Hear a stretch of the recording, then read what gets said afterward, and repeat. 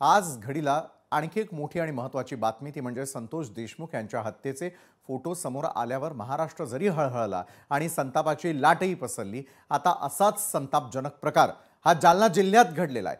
लाल बुंद विस्तवामध्ये सळई गरम करून एखाद्याच्या अंगाला त्याचे चटके दिले तर त्याला होणाऱ्या वेदना शब्दात मांडता येणं शक्यच नाही।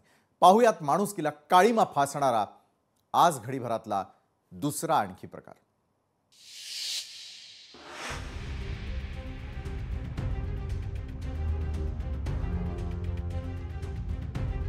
हे दृश्य बघून माणुसकी असणाऱ्या कुणाच्याही अंगावर काटे आल्याशिवाय राहणार नाहीत। हा संतापजनक प्रकार पाहून हा महाराष्ट्र आहे की बिहार असाही सवाल प्रत्येकाच्या मनात येईल।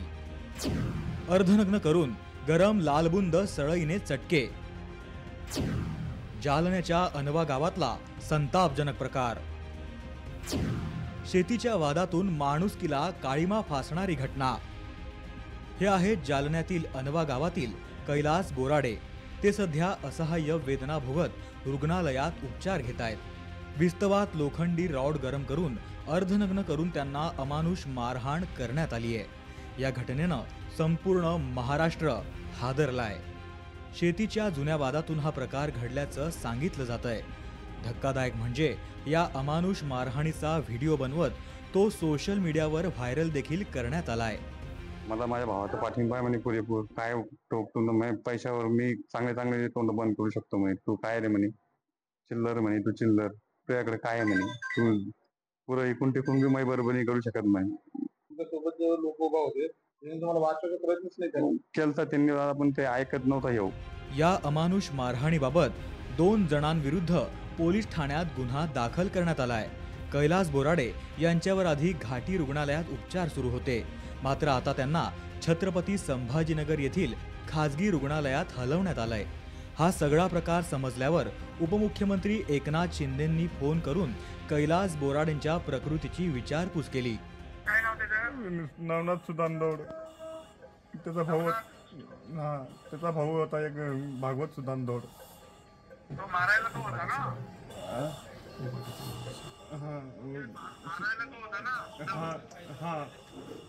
भागवत सुदानदौड त्यांनी पाठिंबा दिला थोडंसं। आणि नवनाथ त्यांनी पाठिंबा देऊन तू मारून टाक म्हणे त्याला, मी बघून घेईन म्हणे त्याच्या भावाने। नाही त्याने आपलं मला ते सगळे त्याचे घाबरतात आता त्याला, तिथे सगळी त्याची दादागिरी असते, हुकुमशाही जास्त। ते घाबरतात आता त्याला सगळी। डेंजर तेवढ्या राळामध्ये, लय डेंजर म्हटलं तेवढ्या राळामध्ये तो घाबरते त्याला सगळी। हा दादा तेवढी फक्त तुमच्यावरच भरोसा आहे दादा माझा।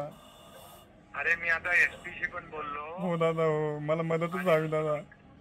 खूप गरीब हो दादा, मी खूप गरीब माणूस आहे दादा। तुमचं मला तुम्ही बोलले म्हणजे देव बोलले माझ्यासाठी। तू काळजी करू नको, ते मी आता ह्याला पाठवलंय राजूला। हो दादा हो, राजेंद्रला हो, आणि तिथं तुला सगळे ट्रीटमेंट सगळी चांगली होईल। बरं दादा हो दादा हो दादा हो। सगळ्यांना मी पूर्णपणे बरोबर कामाला लावून त्यांचीच कामं तेच करा दादा। मला म्हणजे मला उद्याच्याला लय धोका आहे दादा। मी राहतो शेतामध्ये एकटा, माझे आई वडील लंगडे, माझे बाळ आहे बारीक 2 वर्षाचा एक 4-5 वर्षाचा आहे दादा। टेन्शन घेऊ नको। हा दादा मी खूप गरीब माणूस बरं का दादा। म्हणजे मी गमवलं म्हणजे माझ्या पाठीमागे माझे आई वडील मरणार 100%, माझे पोरं पण मरणार। अरे बाळा तुझ्या पाठीमागे एकनाथ शिंदे उभा आहे। हो दादा उपकार दादा तुमचे माझ्यासारखे आले दादा तुम्ही धावून माझ्यासाठी, बस आजच समजेन मी। हो दादा हो। आणि समजा दरम्यान या प्रकरणी पोलिसांनी सोनू दौंड याला अटक केली असून त्याला न्यायालयाने 5 दिवसांची पोलीस कोठडी देखील सुनावली आहे। तर ठाकरे गटाचे तालुका प्रमुख नवनाथ दौंड फरार झाला असून पोलीस सध्या त्याचा शोध घेत आहेत। संविधान सगळ्यांसारखी सारखं आहे ना? महाराष्ट्र माझा महाराष्ट्र नाही। मग दलित समाजाचा जर कुणाला जर अत्याचार झाला असेल तर आपण त्याच्यावर कारवाई नाही करणार। समतेचा आणि पुरोगामित्वाचा संदेश देणाऱ्या महाराष्ट्रामध्ये धनगर समाजाला एखाद्या देवळात जाण्यासाठी बंदी करण्याचं किंवा तू का देवळात आला म्हणून त्याला मारहाण करण्याचं जर प्रकरण असेल तर महाराष्ट्रात पुरोगामित्व किती शिल्लक राहिलेलं आहे याचा अध्यक्षमध्ये विचार केला पाहिजे। लालबुंद झालेल्या विस्तवावर गज म्हणजेच सळई गरम केली जाते आणि अक्षरशः वेदनेनं विव्हळत असलेल्या कैलास बोराडेंना चटके दिले जातात। हे पाहून कुठे गेली माणुसकी असा सवाल विचारला जातोय। कैलास बोराडेला अशा पद्धतीनं संपूर्ण अंगावरती वेदनादायी चटके दिलेले आहेत आणि याची दखल कुणी घेतलेली नाही आणि म्हणून आमची आज मागणी सरकारकडे अशी आहे, हे नवनाथ दौंड आणि त्याचा भाऊ भागवत दौंड याच्यावरती मोका कायद्याअंतर्गत कारवाई झाली पाहिजे। उबाटाचा तालुका प्रमुख आहे, सार्वजनिक जीवनात काम करणारी ही माणसं आहेत, यांची बॅक हिस्ट्री आहे, यांच्यावर आतापर्यंत 5 गुन्हे आहेत असे जबरी गुन्हेगारी कृत्याचे। आजही तो माणूस फरारी आहे आणि आता येऊ घातलेल्या काही कालावधीमध्ये तिथं मोर्चे निघतायत। संतोष देशमुख यांच्या हत्येचे फोटो व्हायरल झाल्यानंतर महाराष्ट्रात संतापाची लाट उसळली। त्यानंतर आता मराठवाड्यातीलच जालन्यात हा प्रकार समोर आलाय। त्यामुळे ज्या विस्तवात सळई गरम केली गेली त्याच विस्तवात माणुसकी आणि मानवतेची राख रांगोळी करणाऱ्या या समाजकंटकांना अशी अद्दल घडायला हवी की पुन्हा कुणी असा गुन्हा करताना 10 वेळा विचार करेल। असाच विचार कुणाच्याही मनात येईल, नाही का? सचिन बडे, लोकशाही मराठी, छत्रपती संभाजीनगर।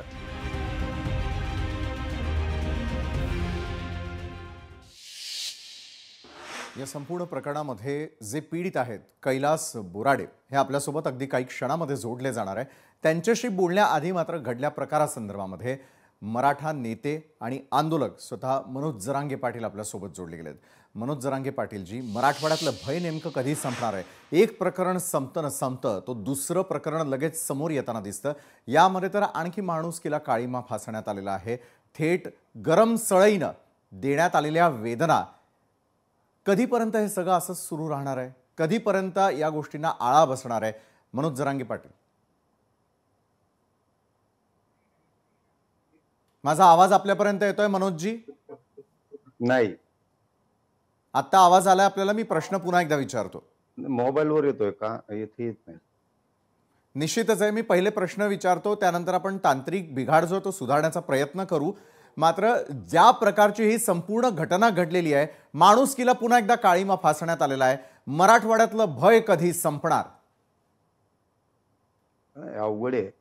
जर अशा वृत्तीनं जर लोक काम करणार असले तर हे अवघड आहे। कायद्याने कडक होणं गरजेचं आहे। सरकारनं याच्याकडे लक्ष देणं खूप गरजेचं आहे। कारण एखाद्याच्या लेकराला जर इतक्या क्रूरपणे तुम्ही काम करणार असला, त्याला हाणमार करणार असला तर चुकीला सुट्टी दिली नाही पाहिजे, या मताचे आम्ही आहेत। बरोबर। तुमची जातपात तिकडे जाळून टाका, जातीपाती त्याच्यात काही संबंध नाही। कोणाचं तरी ते लेकरू आहे आणि त्याला जर इतक्या वेदनादायी तुम्ही त्रास देणार असाल तर चुकीला अजिबात सुट्टी दिली नाही पाहिजे। कोणीही समर्थन करणार नाही याचं, त्याचा जातीपातीचा काय संबंध आहे? ते काही जण आणतात मोगम, त्यांना आता ती सवयच पडलेली आहे। त्यांना आता ते पहिल्यापासून ते माती खायची सवय लागलेली, ते मातीच खाणार। अशात जे जात शोधणार, कोण समर्थन नाही करणार असल्या गोष्टीत? अजिबात नाही, कोणीच नाही। कोणी करा असतं रोको नाही करत, कोणी मोर्चे नाही काढत। असल्याला पाठीशी घातल्यावर कसं होईल? सामाजिक एकजूट कशी राहणार? राहूच शकत नाही। तेवढं आता काहींचं वाद लावायचं काम असतं, या जातीचा म्हणायचं, त्या जातीचा काही संबंध नाही, इथं काही संबंध नाही। बरं मनोजजी, मला आपल्याला एक प्रश्न विचारायचा आहे की यापूर्वी झालेला हत्याकांड ते आत्ता कुठेतरी शमताना दिसतंय, तर दुसरीकडे कैलास बोराडे यांना ज्या वेळेला सळईनं ही मारहाण करण्यात आलेली होती त्या क्षणाला गुप्तांगावरती देखील चटके देण्यात आल्याचं कळतंय। ज्या परिस्थितीमध्ये त्यांना ॲडमिट करावं लागलेलं आहे, खासगी रुग्णालय असेल, घाटी रुग्णालय असेल, प्रत्येक ठिकाणी त्यांच्यावरती उपचार करण्याचा प्रयत्न करण्यात आला। यात जर जीव गेला असता तर मग काय?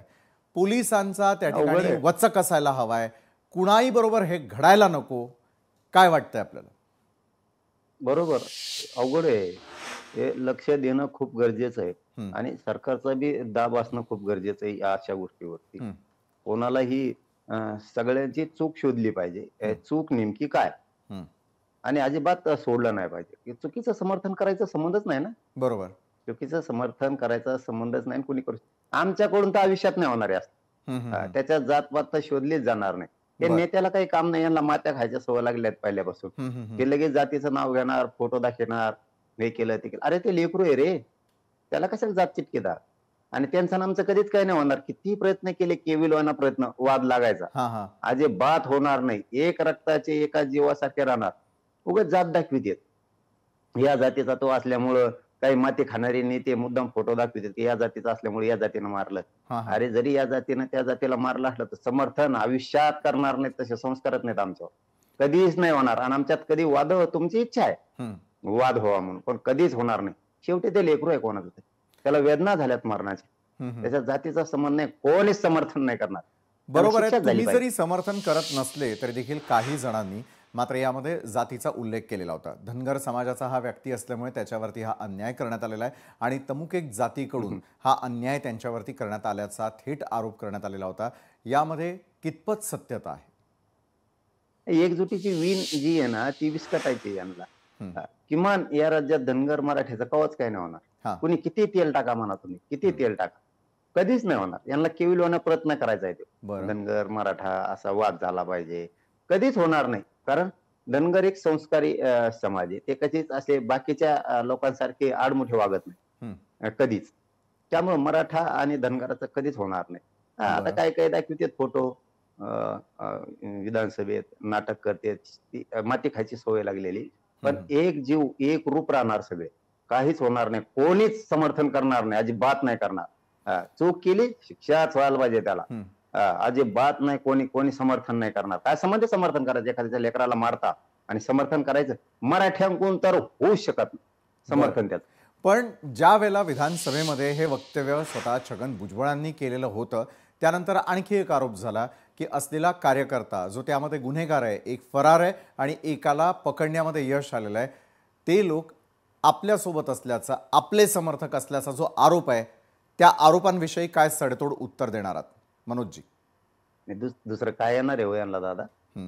त्याला दुसरं काय येणार आहे? उभ्या आयुष्यात त्यांनी असंच ओबीसी करून राजकीय फायदा उचलला.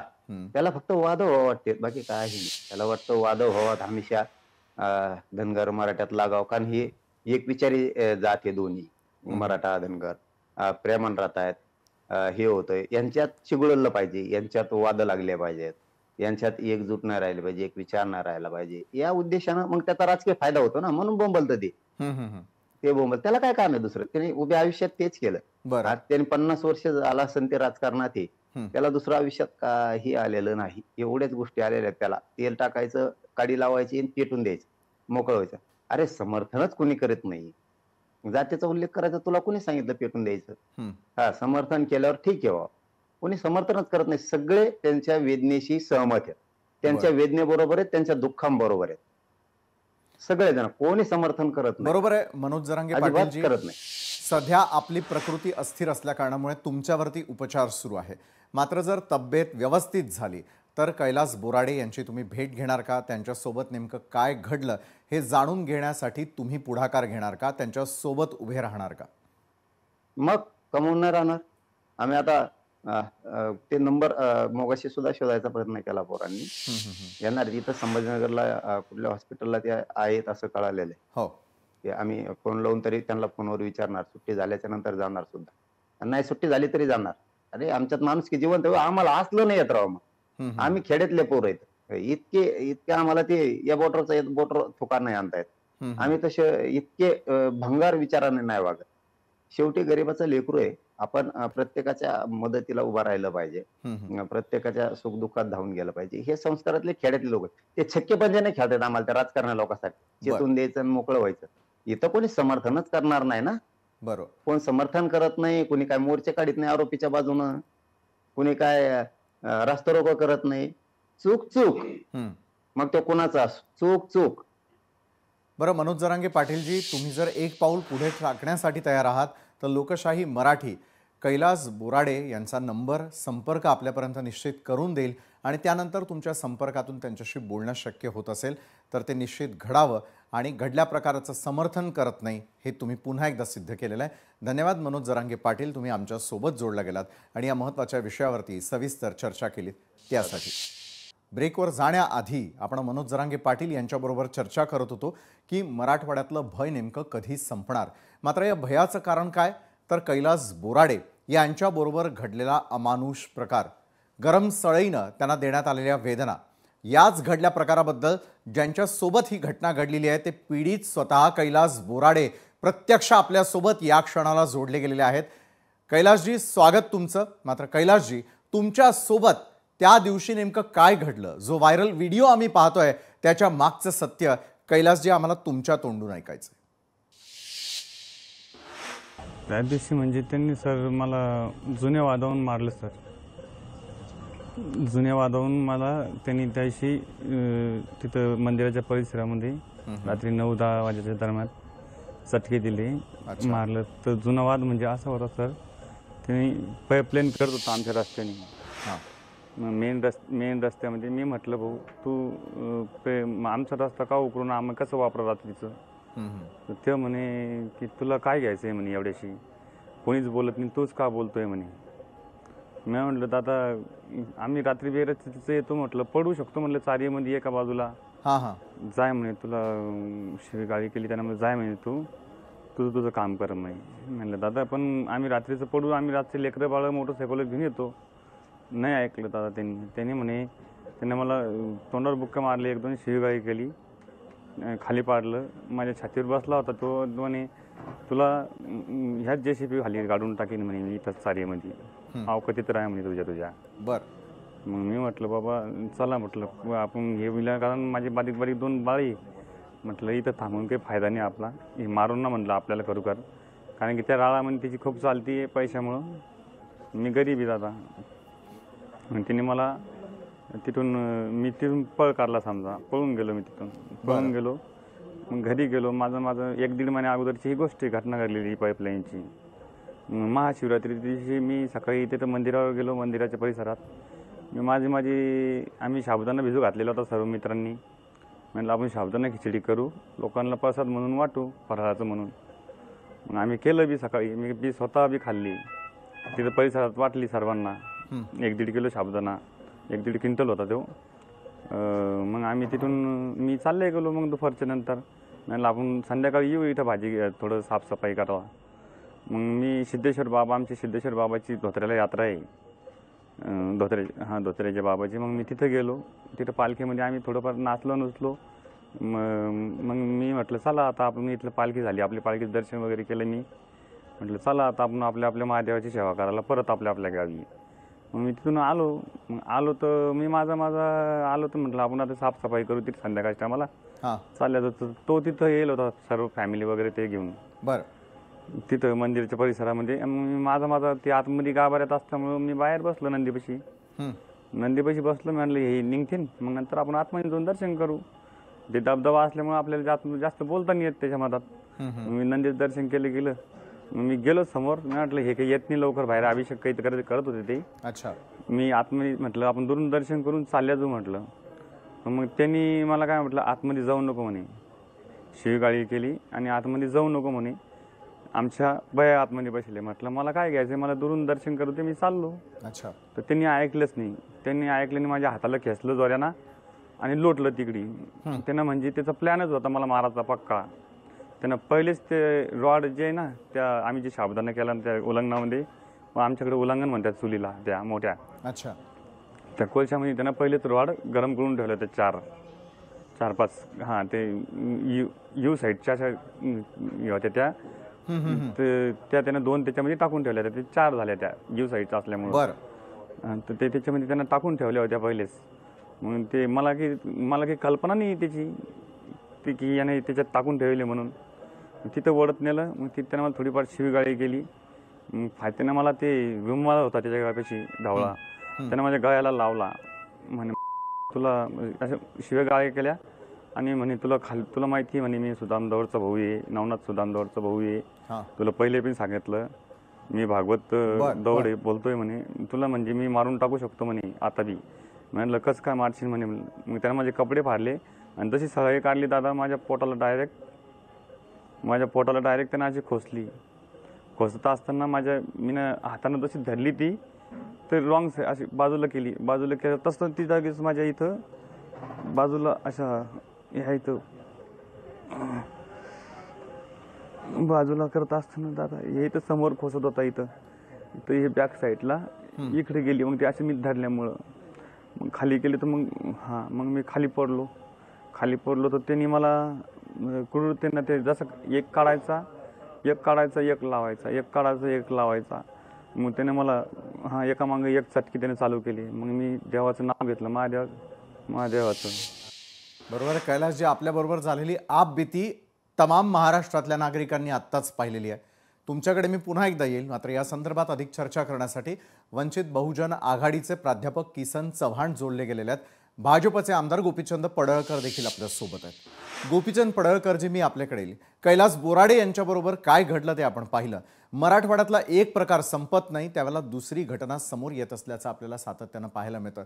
दिवसभरातल्या 2 महत्त्वाच्या घटना जर पाहिल्या तर सळईचे चटके आणि जालन्यामध्ये झालेली मारहाण. काय चाललंय मराठवाड्यात? मराठवाड्यातलं भय संपणार तरी आहे का गोपीचंद पडळकरजी? नाही, मराठवाड्यामध्ये वर्चस्ववादातून हे सगळे प्रकार घडायला लागलेत असं माझं मत आहे. विनाकारण कारण नसताना इतक्या क्रूरतेने निर्दयीपणे कैलासवरती ज्या पद्धतीनं अत्याचाराने अन्याय केलेला आहे हा तर माणुसकीला काळिंबा फासणार आहे. आणि एवढी मस्ती कुठून येते हा प्रश्न माझ्यासारख्या कार्यकर्त्याला पडतोय. कारण कैलासनं फक्त त्याला जाब विचारला की तुम्ही रस्त्याच्या मधून पाईपलाईन का नेताय. आम्हाला जाब विचारणारे कोण? तुम्ही. आम्हाला कोणच बोलत नाही. आम्ही सगळे दादागिरी ज्या पद्धतीने करतोय त्या दादागिरीला कोणी प्रश्नचिन्ह निर्माण करत नाही. आणि कैलास हा तर बाबा आहे. तुम्ही बघितलं की याला अंगावरती चटके देताना तिथं सगळे त्याला पकडणारी लोक आहेत, तिथं ते रॉड गरम करणारी लोक आहेत, रॉड आणून देणारी लोक आहेत, बघणारी लोक आहेत, व्हिडिओ करणारी लोक आहेत. हा एकदम सरळ आहे. तो म्हणजे मला एक दोघांनीच मला हे चटके दिलेले आहेत. म्हणजे त्याच्या डोक्यामध्ये कुठलं राजकारण नाही, कुठल्या भानगडी नाहीत. पण मुळामध्ये त्यांना फक्त एक प्रश्न विचारला म्हणून जर अमानुषपणे अशा पद्धतीने हे वागत असतील. आणि ही काही पहिली घटना नाही आहे. जालना जिल्ह्यामध्ये अशा 4-5 घटना घडल्या. रामदास जोशी म्हणून आहेत, मी तिथं स्वतः गेलो होतो भेट द्यायला. त्यांना ट्रॅक्टर खाली घातलं, अगोदर त्याला मारलं आणि डायरेक्ट ट्रॅक्टर त्यांच्या अंगावरती घातला. शिवाजी पितळे म्हणून आहेत, त्याला तर 10-20 जणांनी मोटरसायकलला बांधत ओढत नेलं आणि परत त्याचा मर्डर करून टाकला. हे एक प्रकरण नाही आहे, असे अनेक प्रकरणं तिथं होत आहेत. आणि ही प्रकरणं झाल्यानंतर सुद्धा आम्हाला संघर्ष करावा लागतो की बाबा केस घ्या, त्यांना अटक करा, त्यांच्यावरती गुन्हे दाखल करा. हे असे प्रकार होत आहेत. आज जे कैलासच्या बाबतीमध्ये घडलेलं आहे हे अत्यंत दुर्दैवी आहे. आणि म्हणून माननीय मुख्यमंत्री महोदयांच्याकडे आज सकाळी भेटून कैलासचा भाऊ आला होता, लहान भाऊ, तिथलं सगळं शिष्टमंडळ आलं होतं. त्यांना घेऊन माननीय मुख्यमंत्री महोदयांना भेटलो होते. माननीय एकनाथ शिंदे साहेबांना पण भेटले, देवाभाऊला भेटले. आणि आज त्या आरोपींच्या वरती मोक्का अंतर्गत कारवाई करण्याचे आदेश माननीय मुख्यमंत्री आणि मुख्यमंत्री महोदयांनी दिलेले आहेत. परंतु हा प्रश्न काही इथं मिटत नाहीये. असं वारंवार सातत्यानं या सगळ्या छोट्या छोट्या समाजाच्या बाबतीमध्ये घडतंय, भटके विमुक्तांच्या बाबतीमध्ये असं घडतंय. आणि म्हणून आम्ही मागणी केलेली आहे की अट्रॉसिटी सारखा एक संरक्षणासाठीचा कायदा राज्य सरकारनं आम्हाला द्यावा, अशी मागणी पण आज आम्ही सरकारनं केलेली आहे. बरं, गोपीचंद पडळकरजी, मी आपल्याकडे पुन्हा एकदा येईलच. या संदर्भात आणखी आपल्यासोबत जोडले गेले आहेत ओबीसी नेते लक्ष्मण हाके जे आपलं देखील स्वागत या चर्चेमध्ये. मात्र प्राध्यापक किसन चव्हाण, मी आपल्याकडे येतो. प्राध्यापक किसन चव्हाणजी, मगाशी गोपीचंद पडळकर यांनी उल्लेख केला तो म्हणजे वर्चस्ववादाची लढाई. वर्चस्ववादाची लढाई कुणातही असू देत, मात्र त्याचे बळी सर्वसामान्य नागरिक का?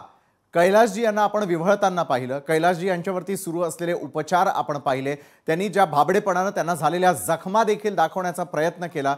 खरोखर मान पुन्हा एकदा शर्मेनं खाली घालण्याची वेळ आलेली आहे का किसन चव्हाणजी? ते पूर्वी असं म्हटलं जायचं की महाराष्ट्राचा बिहार होतो की काय. आता बिहारची जनता तिकडे चर्चा करते की बिहारचा महाराष्ट्र होतो की काय, अशी परिस्थिती निर्माण झालेली. कारण म्हणजे कारण काही असू, पण ज्या पद्धतीनं मारलं जातंय अत्यंत क्रूरतेनं, हिंसक पद्धतीनं, सैतानासारखं, त्याचे व्हिडिओ पण केले जातात. म्हणजे कैलासची जी आपण आता व्हिडिओ सगळे बघतोय आपण, ज्या पद्धतीनं, ज्या क्रूरतेनं या पद्धतीनं जे मारलेलं आहे, खरं म्हणजे अंगावरती शहारे येत आहे, मन सुन्न होऊन जात आहे की या महाराष्ट्राला झालंय काय नेमकं या पद्धतीनं. एवढी क्रूरता आधी कुठून या तुमच्या गुंडांकडे. खरं म्हणजे इथला गुंड आणि राजकीय नेते यांची युती झाल्यासारखे दिसत आहे. भले मग ते कैलास असेल, संतोष देशमुख असेल, किंवा आमचा परभणीचा सोमनाथ असेल, किंवा आता सध्याला सकाळपासून जे काही शिरूर मधलं प्रकरण किंवा जे सोशल मीडियावरती व्हायरल होतोय ज्या पद्धतीने एक व्हिडिओ, अक्षरशः शहारे येत आहेत अंगावरती. तुमचा जातीचा जो संघर्ष या ठिकाणी असं त्याला म्हणता येणार नाही, पण जे काय गुंड आहे, गुंडांना जात नसते, पण गुंड कुणाच्या आधारावरती, कुणाच्या ताकदीवरती हे सगळं कौर्य करतायत. याच्यासाठी महाराष्ट्रामध्ये सत्ता येऊन आता बरेच महिने झालेले आहेत. स्पष्ट बहुमत मिळालं ईव्हीएमच्या माध्यमातून. आणि मग जसं तुकाराम महाराज म्हणायचे की याच्यासाठी केला होता का अट्टहास, मग फडणवीसांनी याच्यासाठीच अट्टहास केला होता की गृहमंत्री पद आपल्याकडे असावं. पोलिसांचा जनतेवरती, गुंडांवरती वचक राहिलेला नाही का? सर्वसामान्य माणसं चिरडले जातात, मुंग्यांसारखे, किड्या मुंग्यांसारखे मारले जातात, टोकले जातात. जे मारतायत, ज्यांना मारलं जातंय, हा कैलास आहे, हा हिंदूच आहे ना.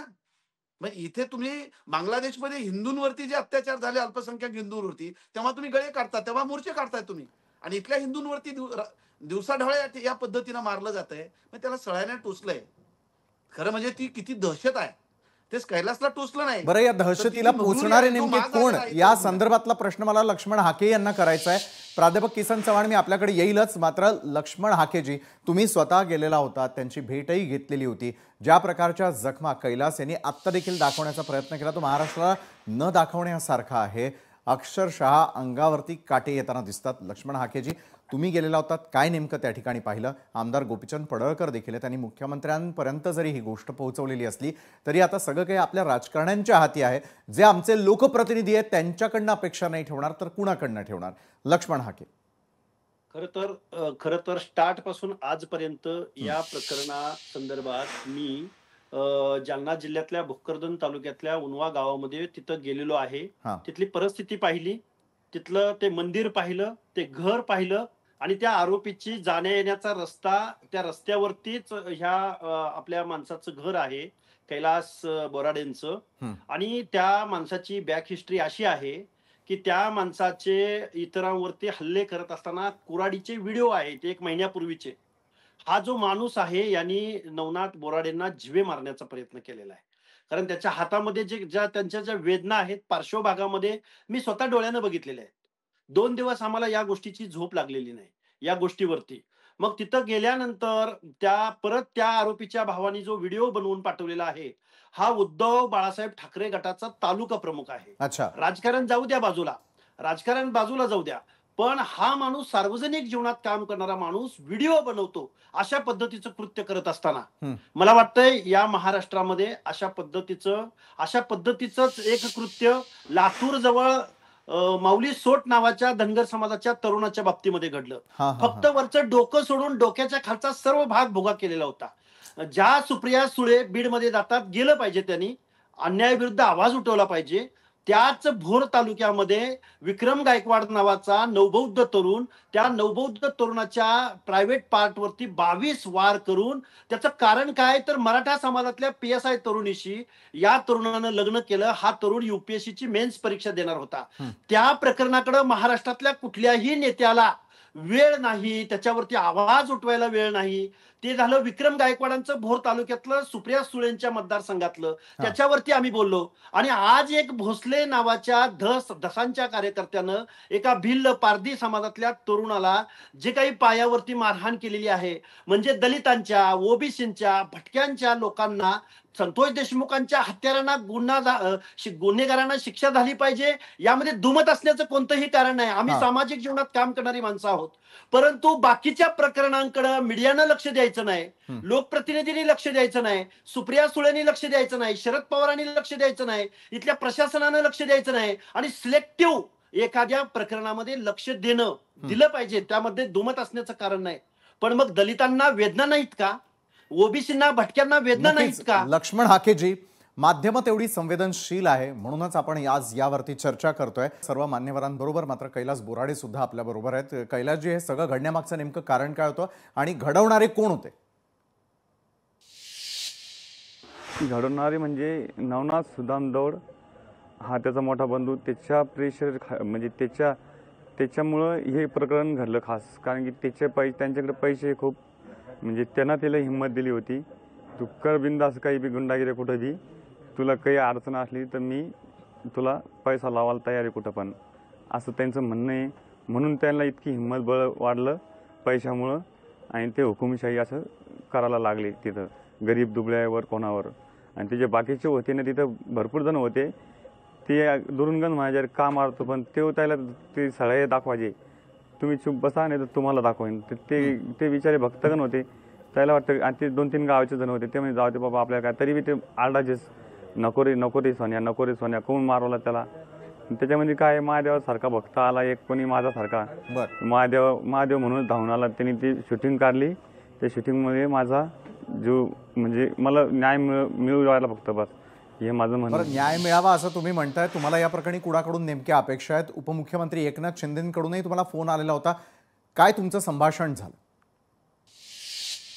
सरकारकडून अपेक्षा आहे माझा. हो दादांनी फोन केला ना. ते म्हणे, त्यांनी मला धीर दिला खूप.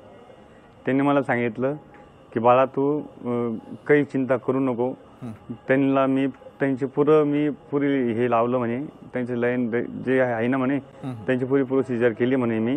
तू ताण घेऊ नको, तू मराला बी घाबरू नको. म्हणलं दादा माझे बारीक लेकरंही घरी. मला जवळपास 5-10 मिनिटं त्यांनी 10-1 मिनिटं बोलले, मला 10-1 मिनिटं टाइम दिला त्यांनी. ते मग त्यांच्यामुळे मला धीर आला. मग मी दुसऱ्या दिवशी परत तिथे गेलो, त्याला सांगितलं दादा की म्हटलं तू ये आता, माफी माग मला. मी हिमतीवर गेलो दादा, तिथं महादेवानं मला हिंमत दिली. मी परत गेलो तिथं, त्यांना म्हणलं दादा तू ये आता बी परत ये, मला माफी माग, मी तुला सोडून देतो. ते म्हणे जाय तुला काय करायचं कर म्हणे. तुमच्याकडे पुन्हा एकदा लक्ष्मण हाकेंकडे देखील मी जाणारच आहे. सगळे झुकत्या म्हणे. मात्र गोपीचंद पडळकरजी, सरकारकडनं अपेक्षा आहे, तुम्ही काय पुढाकार घेणार आहे? मात्र याच प्रकरणातली दुसरी बाजू लक्ष्मण हाकेने देखील समोर आणलेली आहे की यापूर्वी नेमकं काय घडलेलं होतं आणि त्याची परिणिती या व्हिडिओमध्ये आपल्याला पाहायला मिळते. गोपीचंद पडळकरजी. सरकारकडून हाच प्रयत्न आम्ही करतोय की त्या जे दौड आहेत, नवनाथ आणि त्याचा भाऊ भागवत दौड, यांना मोका कायद्याअंतर्गत कारवाई झाली पाहिजे, जेणेकरून त्यांना 4-5 वर्ष जामीन होणार नाही. गावातल्या अन्य लोकांना पण त्यांचा खूप त्रास आहे, सारख्या ते मारामारी करतात, दादागिरी करतात, त्याला कुठंतरी एकदा वचक बसेल. आणि दुसरा विषय आहे, कैलासनगर शेतामध्ये आहे आणि ज्या रोडवरून ते दौड लोक जातात तिथंच या लोकांना जावं लागतं. तर ह्यांना एक संरक्षण मिळावं, कुटुंबांना ह्यांच्या मनामध्ये एक भीती बसलेली आहे, दहशतीखाली एक कुटुंब आहे, तर ह्यांना संरक्षण मिळावं असा एक प्रयत्न आमचा सरकारच्या माध्यमातून सुरू आहे. आणि मला वाटतं की निश्चितपणे माननीय मुख्यमंत्री महोदयांशी सकाळी आम्ही कैलासच्या बंधूंना घेऊन चर्चा केली. आमचे तिथले माननीय बळीराम खटके ताते असतील, शिवदासजी बीडकर असतील, कपिल दहेकर असतील, शारदाताई असतील, या सगळ्या आम्ही जाऊन सकाळी भेटलो आणि त्यांनी मान्य केलं की एसपीना आम्ही सांगून या कुटुंबियांना आम्ही संरक्षण देऊ. हा एक कैलासचा विषय नाही, ह्या वारंवार घटना घडतायत. माग हादगाव, कोकाटे हादगावला तर 40-50 लोकांनी येऊन तिथल्या एका धनगर कुटुंबियांना गुरासारखं मारलं, त्याचा कोणी विचारच केला नाही. हे वारंवार प्रकरण होत आहे. तर समाजाला पण माझी विनंती आहे की आपण संघटित राहण्याची आवश्यकता आहे, एकजूट राहण्याची आवश्यकता आहे.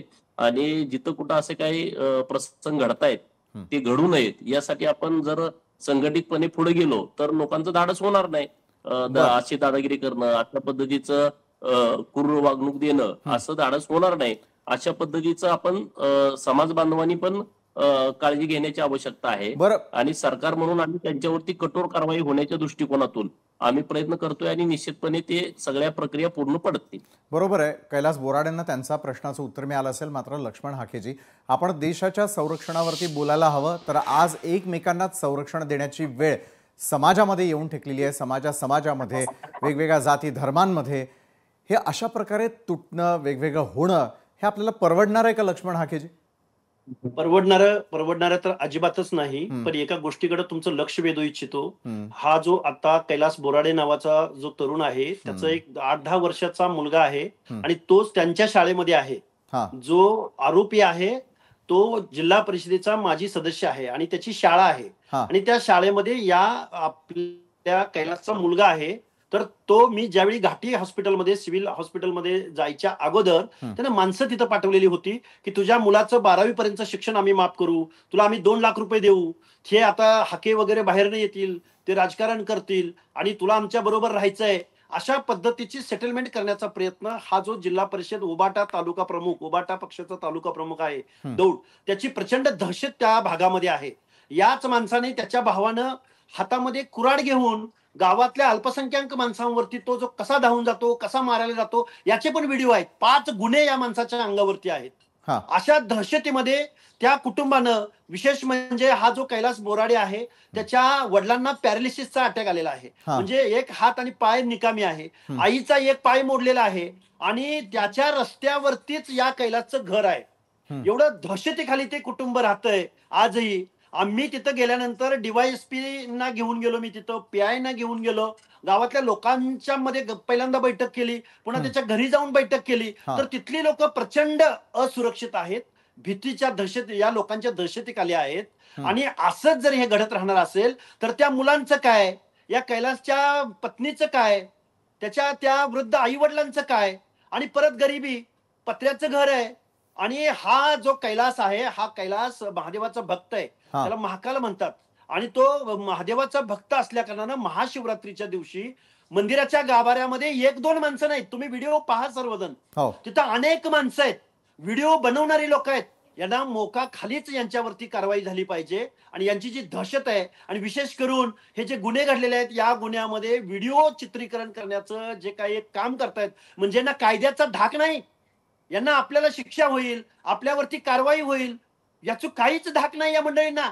आणि हा तर उबाट्याचा तालुका प्रमुख आहे, याला लाज वाटली पाहिजे की आपला भाऊ, आपण कशा पद्धतीची दहशत या भागामध्ये निर्माण करत आहोत, याचा विचार कुठेतरी प्रशासनाने केला पाहिजे. आणि मोका अंतर्गत फक्त नवनाथ दौंडला अटक होऊन चालणार नाही, त्याच्या भावाला अटक झाली पाहिजे, त्याला अटक झाली पाहिजे. आणि उबाटा पक्षाला माझी विनंती आहे, अशा प्रकारचा तुमचा तालुका अध्यक्ष आहे, अशा पद्धतीची कृत्य करतो, ह्या सगळ्या गोष्टीवरती या महाराष्ट्रामधल्या सगळ्या लोकांनी आणि इतर सर्व समाजानं संघटित झालं पाहिजे. आज मी पडळकर साहेबांचं अभिनंदन करतो की किमान तुम्ही आज हाऊसमध्ये हा प्रश्न उपस्थित केला. गेल्या 4 दिवसापासून मीडियापर्यंत आम्ही जाण्याचा प्रयत्न करतोय, सगळ्या SP-ना मी भेटलोय, सगळ्या लोकांना भेटून आम्ही प्रयत्न करतोय. त्या बळीराम खटके आहेत, आत्ताच त्यांनी नावं घेतली, पांढरेताई आहेत, आमचे ते कपिल साहेब आहेत, आम्ही सगळ्या लोकांनी प्रत्येक समोर जाऊन याकडे बघा, हे किती वेदना देणारं हे दृश्य आहे. आमच्या लोकांना वेदना नाहीत का, आमच्या लोकांचा जीवाला किंमत नाही का. आमचं असं म्हणण्याचं कारण असं की आम्हाला ते जातीवादी म्हणतात. कितीही लिगल प्रश्न उपस्थित करू द्या, कितीही सामाजिक न्यायाचा प्रश्न उपस्थित करू द्या, आम्ही बोललो की जातीवादी, आणि त्यांनी काहीही कृत्य केलं की ते जातीवादी ठरत नाहीत. हे जी काही मोडस ऑपरेंडिटी या महाराष्ट्रामध्ये आहे, समाजामध्ये दरी निर्माण करण्याचा जो प्रकार या महाराष्ट्रामध्ये आहे, फक्त सिलेक्टिव्ह प्रकरणामध्येच शरद पवार भूमिका घेतात, सुप्रिया सुळे भूमिका घेतात, रोहित पवार भूमिका घेतात, सुरेश धस भूमिका घेतात, राजीनामे मागतात, मागितले पाहिजेत, आम्ही नाही म्हणत नाही, पण बाकीच्या प्रकरणाकडे तुम्ही पाहणार आहात की नाही. अंजलीताई दमानिया, तुम्हाला या कैलास बोराडेच्या वेदना तुमच्यापर्यंत पोहोचणार आहेत की नाही, तुम्ही याच्यावरती बोलणार आहात की नाही, माऊली सोटवर बोलणार आहात की नाही, विक्रम गायकवाडवर बोलणार आहात की नाही, हा आमचा सवाल आहे. आम्ही कधी कुठल्या आरोपीचं समर्थन कधीही केलं नाही आणि करणार नाही, तेवढी आमची वैचारिक दिवाळखोरी नाही. पण महाराष्ट्रामध्ये इतरांच्या वेदनांना, त्या विक्रम गायकवाड नवबौद्ध तरुणाच्या जे काही प्रायव्हेट पार्टवरती 22 वार करून त्याची हत्या केली, एक उच्च शिक्षित सुशिक्षित तरुण, गुन्हा काय तर उच्चवर्णीय मराठा समाजातल्या तरुणी बरोबर विवाह केला, सहमतीनं विवाह केला, कोर्ट मॅरेज समोर विवाह केला, तर त्याला या परिस्थितीला सामोरं जावं लागतं. एकही दलित नेता पुढे येताना दिसून येत नाही, मीडिया ट्रायल होताना दिसून येत नाही, त्याला न्याय भेटताना दिसून येत नाही. हा महाराष्ट्र आहे का पुरोगामी महाराष्ट्र? हा फुले शाहू आंबेडकरांचा महाराष्ट्र आहे का? रोहित पवारांनी याचं उत्तर द्यावं. गेल्या अनेक महिन्यापासून तो मला ट्रोल करतोय, त्याची टीम मला बदनाम करण्याचा प्रयत्न करते, जातीवादी ठरवण्याचा प्रयत्न करते. रोहित पवारला या वेदना त्याच्यापर्यंत पोहोचणार आहेत का, या प्रश्नाचं उत्तर आम्हाला मिळालं पाहिजे. तुम्ही एक नव्हे तर अनेक प्रकरणं समोर आणलेली आहेत. तुम्ही ज्यांना ज्यांना आव्हान दिलेलं आहे त्यांच्याकडे आणि त्यांच्यापर्यंत हा विषय आपण निश्चित पोहोचवूयात. आपल्याकडे पुन्हा एकदा येईल, मात्र तत्पूर्वी कैलास बोराडे यांच्याकडे जाऊयात. कैलासजी, दहशत असेल, जसं आता मगाशी लक्ष्मण हाकेजींनी देखील हा प्रश्न उपस्थित केला, दहशत असेल तर या आधी आरोपीनं असं कृत्य केव्हा आणि कुणासोबत केलेलं आहे याची माहिती तुमच्याकडे आहे का? हो ना दादा, गावामध्ये पूर्ण गावामध्ये, आमच्या गावामध्ये जाऊन बघा, आमच्या गावामध्ये विचारा, प्रत्येक जातीवाल्या माणसाला विचारा, आमच्या गावातले प्रत्येक जातीचे माणसाला विचारा तुम्ही, त्याचं नाव डॅमेज पूर्ण, फक्त पैसा पैसा आणि पैसा, फक्त बस पैशासाठी काही करायला बसला तो. हां हो ना दादा, केलं वाटतं त्यांनी, इतकं काही मला कल्पना नाही. आता आम्ही काही शेतामधला माणूस दादा, मेंढ्या बकऱ्या मागे हिंडणारा माणूस, इतकी थोडी ना कल्पना राहते दादा मला. हाय फक्त एवढं आहे की ते दादागिरी करतो एवढं माहिती आहे. बरं, आमच्या गावातले मोमिडियन जातीचे आमचे जे सरपंच आहे मसूद अण्णा, यांनी स्वतः मला सांगितलं की तुला आम्ही तुझ्या पाठीशी आहे, म्हणजे बापू हे म्हणे स्वतः की आम्ही बी तुझ्या पाठीशी आहे, की तुला तकलीफ झाली ना काही जा म्हणे कंप्लेंट दे. पण त्या मनानं नाही, ते म्हणे तुझ्या मनानं कर, तुला कसं वाटलं तसं. पण मी म्हटलं आम्ही तुझ्या पाठीशी आहे म्हणे, ते म्हणे मला. बरं, तुमची भूमिका लक्षात आलेली आहे. जाता जाता एका वाक्यात मला उत्तर अपेक्षित आहे लक्ष्मणजी हाके आपल्याकडून. ही दहशत, ही फूट बंद करायची असेल तर एका वाक्यात उपाययोजना काय आणि कुणी कराव्यात? या महाराष्ट्रामध्ये कुठलाही गुन्हा घडला, कुठलीही घटना घडली तर त्याच्या मागं त्या आरोपीची जात शोधून, जर या महाराष्ट्रामध्ये जर त्या प्रकरणाकडं जातीय वळण दिलं जात असेल आणि तेही प्रमुख नेत्यांकडून, प्रमुख लोकांकडून, तर मला वाटतं या महाराष्ट्रामधली सामाजिक दरी जी रुंदावलेली आहे ती कमी होणार नसून ती दरी प्रचंड मोठ्या प्रमाणात तिला वाढ होऊ शकते आणि महाराष्ट्रातलं सामाजिक स्वास्थ्य प्रचंड बिघडू शकतं. नक्कीच धन्यवाद लक्ष्मण हाकेजी, तुम्ही चर्चेत सामील झालात त्यासाठी धन्यवाद. गोपीचंद पडळकरजी, त्याचबरोबर मराठा नेते मनोज जरांगे पाटील देखील आपल्यासोबत जोडले गेलेले होते.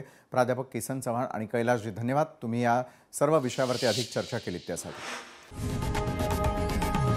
लोकशाही मराठी, ऐका, पहा, जागरूक रहा.